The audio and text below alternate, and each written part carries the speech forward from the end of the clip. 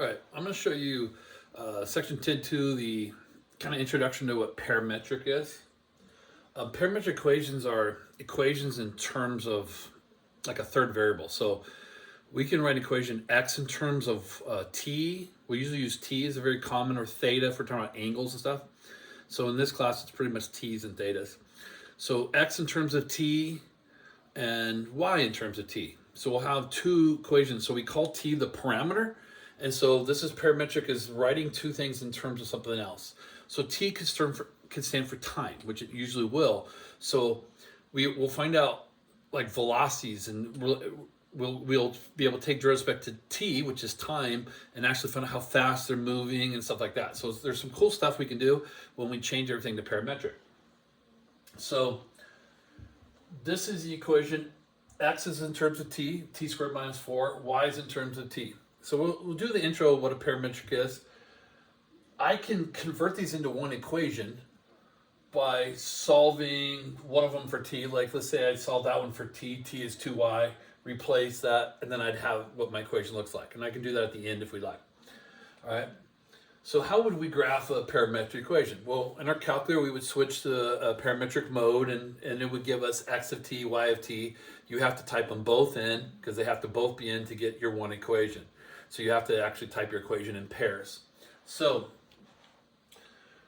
we can actually graph it by plugging in different values for t. So let's say we want to graph this from -2 to 2, okay? So if I plug in -2, I would get 0, -1. All right, I'll graph it afterwards. If I plug in -1, I get -3, -0.5. 0 would give me -4, 0. 1 would give me -3, 1/2. And 2 would give me 0, 1. All right, so let's go ahead and graph these, starting with the first one. So -2 was 0, -1. So there's where we started. Then we went to -3, -0.5. Then -4, 0, 3, 1/2, and 0, 1.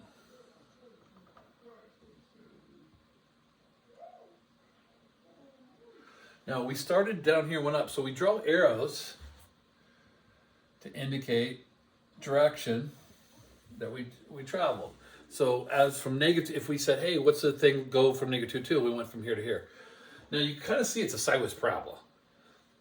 And if I were to go further in time, you would see the full parabola. So how do I verify it's a parabola? Again, if I solve this for t equals 2y, replace it in here for t, and you'll see your x equals 4y squared minus 4. You actually see a parabola with y squared, which means it's sideways and so forth. All right, you can kind of see this value. So this is our, our function equation, just in terms of x and y. Here's our parametric equations in terms of t, okay? Now, what use do these have? So I'm going to take the same problem, we're going to do some math with it, and watch this. Find dx dt. Now, dx dt is the change in x over time, which is how fast x is changing. It's the speed of x. And remember, we did this from related rates. We'd find dx dt with the ladder and all that stuff, right? So these are already in terms of t, though. Related rates were equations that weren't in terms of time. We had to change them all. We had to take a derivative with respect to time. That's what made it so unique. Here, we're going to actually just take derivative with respect to t. It's already in terms of t.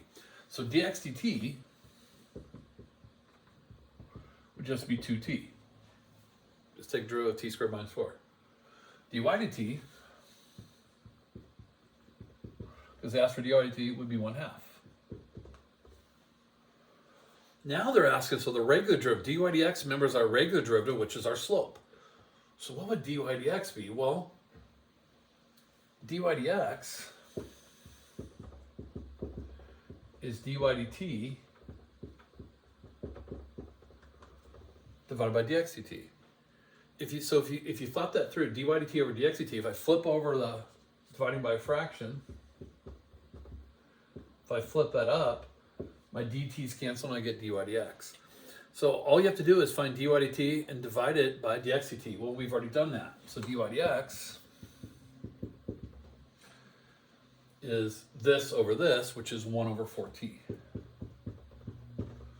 1 over 2 divided by 2t, 1 over 4t. All right. And now we have all three of those. So this is telling me how fast x is changing. This is telling me how fast y is changing. This is tell me the slope of the tangent line, how fast, what the slope is. So plug in -1, it says, at each of these. So your notation, remember that's how you say, hey, I'm going to plug in -1 now. You get -2. All right, and we'll talk about that, what it means in just a second. Let's find them all first. dy dt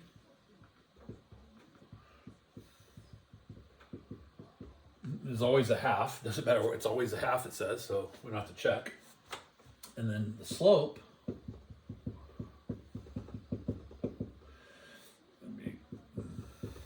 plug in -1 to get -1/4. All right, so let's look at the picture and then test all the meanings of all this stuff, okay? So at -1, we're at the point -3/2. So we're right here. All right, I'll make a big dot there. So we're right there at -1. So your dx dt is -2. See, here's what the negative's telling you. You remember we're going this way. So my x's are negative because we're going left. So you're not surprised to see a negative value because I'm heading left at that time. So when I hit -1 there, I'm at that point, but my x is changing at 2 units per second, per hour, per day, whatever the units are. All right. My y's, though, are always changing in a half. If you look at the y values, -1, -1/2, 0, half 1, you can see they're always a half. That's why it's a constant change of a half. So y is getting bigger. If you notice, I'm at -1, then I'm at -1/2, then I'm up to 0. I'm growing the whole time. If you notice, the y values were constantly going up. So the y values are a positive half. That's how fast they're going. And you guys know slope of the tangent line. The slope at this time, -1/4 is what we just found out the slope was. That looks like a negative slope. And so this is how you do all the same stuff we've done before with parametric. All right. I'm going to do another one of these just to practice.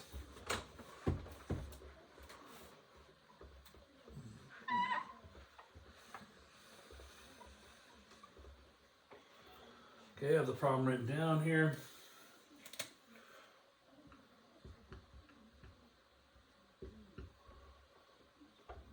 This will be example 3, and we have e to the 4t. All right, and we're going to do this at t = 2. All right, so we're going to find all this at t = 2. So let's find dx dt. So we're going to take that respect to t. It is in terms of t, so that makes it easy. So I get 6t minus 7. dy dt. Remember the derivative of e is itself times the derivative of exponent, so 4e to the 4t. And then dy dx. Don't forget it's dy dt over dx dt. It's y over x, right? dy dx. So it's this guy over this guy.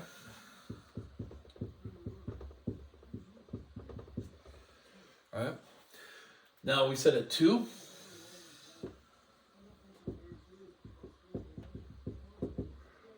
I get 5, so that means I'm heading right because my x is positive, so I know wherever I'm at this time, I'm heading that way. All right. dy dt, whoops, at t = 2 is 4e to the 8th. Well, it's also a positive number, so I'm heading up. So the curve is heading up and right now. I know it's going right, and I know it's going up, so we're heading, northeast, something, but up and right. All right, and then find the slope at 2.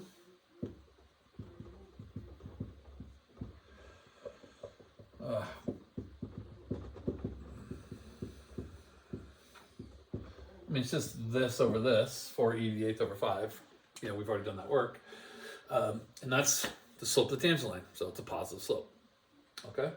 So that's how you do a little bit of math with parametric. This is some of it, is how you can, find dx/dt, dy/dt. We can take the second derivative in terms of time, for each of these and find out, their acceleration and so forth. Okay.